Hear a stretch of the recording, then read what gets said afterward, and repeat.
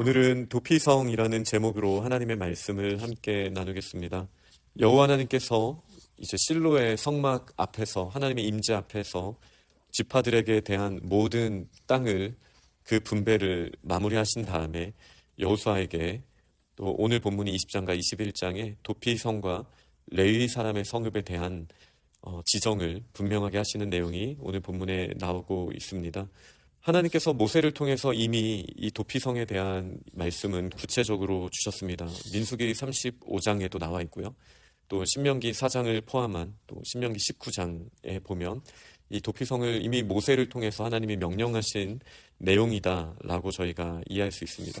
여호수아서에 나오는 다른 내용들처럼 하나님께서 이미 주신 말씀을 순종하는 모습으로 여호수아는 그의 리더십을 발휘하고 있습니다. 도피성은 각 지역에서 하루 거리에 도망칠 수 있는 그 지점에 이 6곳에 위치하여 있다는 사실을 저희가 지도를 보면 알 수 있습니다.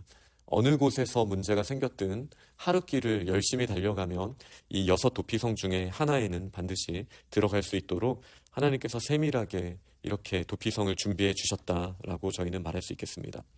이 도피성이 있는 이유는 무엇입니까? 3절 내용을 보면 부지 중에 실수로 사람을 죽인 자가 도망하여서 거기에서 피해 보복자를 피할 수 있도록 그렇게 하나님께서 예비하신 곳입니다. 이 내용을 보면 현대에 저희가 이해하는 법과의 가장 본질적인 차이를 알 수 있습니다. 십계명도 그렇고 또 하나님이 주신 말씀을 보면 이 율법들을 봤을 때 우리의 마음이 정말 중요하다는 것을 알 수 있습니다.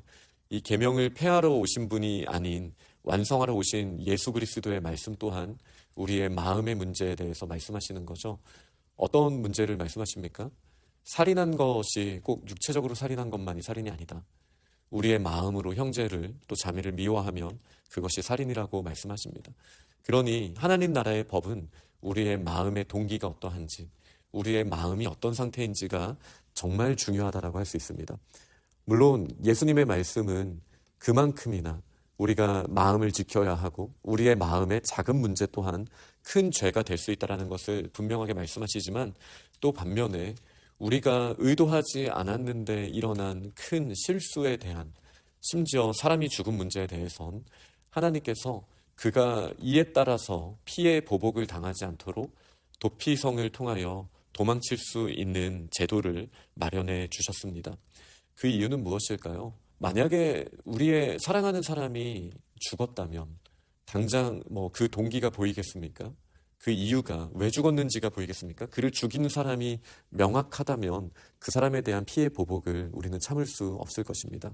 이렇게 된다면 나중에 보복하고 이미 사람이 죽은 다음에 알고 봤더니 이 사람이 고의로 한 것이 아니고 그냥 보지도 않고 돌을 아래로 던졌는데 여기에 사람이 맞아서 죽었다. 만약에 이런 일이 일어난다면 민수기 35장에 나온 내용이거든요. 피해 보복에 대한 또 다른 피해 보복이 있을 수 있지 않겠습니까? 끊임없이 사람의 죄악이 더 커지고 또 문제가 커지는 것에 대해서 하나님께서 하나님의 형상으로 지으신 사람들을 얼마나 귀하게 생각하시는지 또 그들을 그렇게 보호해 주시기 위하여 이러한 제도를 하나님께서 준비해 주셨다라는 사실을 저희는 오늘 본문을 통해서 분명히 알게 됩니다.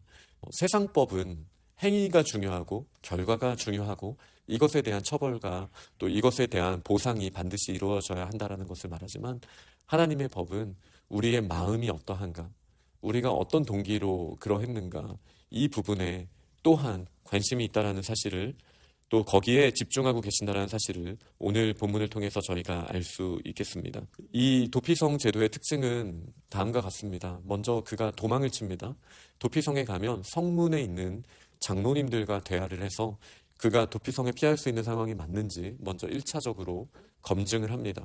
그리고 이 도피성에 들어오면 피해 보복자가 아무리 그를 내어달라고 말할지라도 이 도피성은 그를 보호할 책무가 있습니다. 그리고 2가지 경우 이 사람은 이 도피성에서 나갈 수 있습니다. 첫 번째는 재판을 하는 거예요. 그래서 이 사람이 고의로 저지른 죄가 아니다라는 것이 이 사람만의 주장이 아니고요. 그리고 또 민수기 35장에 따르면 한 명의 증인의 어떤 증언에 따르지 않는 2-3사람 이상의 증언이 있는 경우 이 사람은 이곳에서 이제 나와서 정상적인 생활을 할 수 있었습니다. 물론 이 법에 따라서 그가 뭐 물질적으로나 뭐 다른 면으로 책임져야 하는 부분은 있을 수 있겠으나, 그러나 생명을 빼앗은 것에 반드시 피에 대해서는 피로 갚아야 하는 이 고대 이스라엘의 법에서 그의 생명은 구원을 받는 이런 모습이 있었습니다. 두 번째는 대제사장이 죽게 되면 그는 그곳에서 풀려나올 수 있었습니다. 이것은 저희가 이제 속량이라는 개념으로 이해를 할 수 있겠습니다. 대속이라고도 할 수 있겠죠.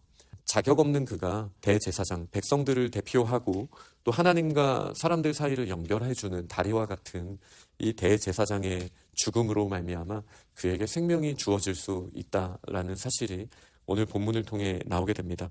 이 대제사장 이야기를 통해서 저희는 이 도피성이 사실 우리의 유일한 대제사장이신 예수 그리스도의 속량으로 말미암아 우리가 살인죄를 저질렀다 하더라도 우리를 구원해 주시는 그 하나님의 은혜를 우리가 살펴볼 수 있겠습니다.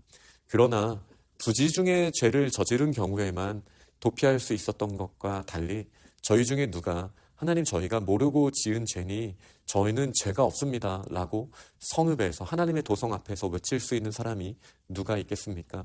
그러나 우리의 대제사장이신 예수 그리스도는 마치 이 마음의 문제가 아까 하나님의 나라에서 중요한, 법에 있어서 너무나 중요한 부분이라고 말씀을 드렸는데요.